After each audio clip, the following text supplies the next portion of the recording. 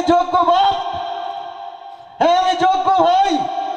আরে আমি জিতে গেছি, আমার সমালোচনা যাই করে করুক, আমার এতগুলো লোক সবাই আমাকে ভালোবাসে, আমি জিতবো না তো কে জিতবে?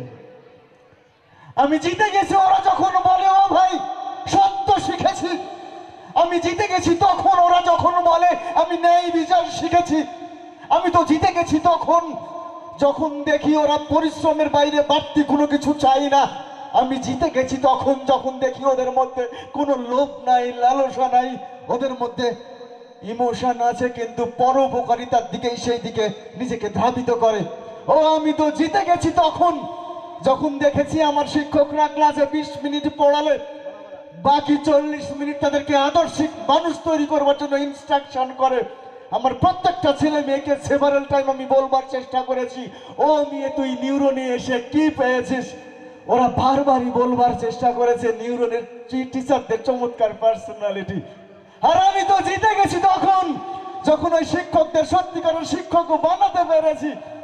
ওরা ক্লাসে গিয়ে হয়তো বারবারই বলবার চেষ্টা করে, ও মেয়ে চালাকি করে ফাঁকি দিয়ে লাভ নেই, জীবনকে কালারফুল করতে চাইলে চরম বাস্তবতার সাথে নিজেকে ধাবিত করো, পরিশ্রম করো, হাসো, খেলো। আমি জিতে গেছি তখন যখন এই কোমলমতি ছেলে মেয়েকে যখন আমি প্রেশারাইজ করেছি, কেন পড়বি না বল?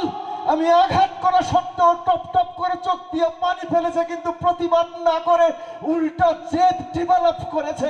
আমি তো জিতে গেছি তখন যখন ওই ছেলে মেয়েগুলো একা একা বোর্ডে লিখে আমাকে জিততেই হবে, আমি জিতবই।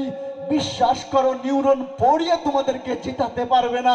তোমাদের যাদের যাদের মনের মধ্যে এই অনুভূতি তৈরি হয়েছে আমাকে জেতা প্রয়োজন, আমি জিতবই, এই অনুভূতির জন্যই তোমরা হয়তো আগামী দিনে জিতে যাবে। বিশ্বাস করো, তুমি যখন জিতে যাবে আমিও জিতে গেছি। এভাবেই আমরা জিততে থাকবো আগামী দুনিয়াতে। এভাবেই হয়তো সকলের কাছে কাছাকাছি পৌঁছে যাবার সুযোগ আমরা তৈরি করব।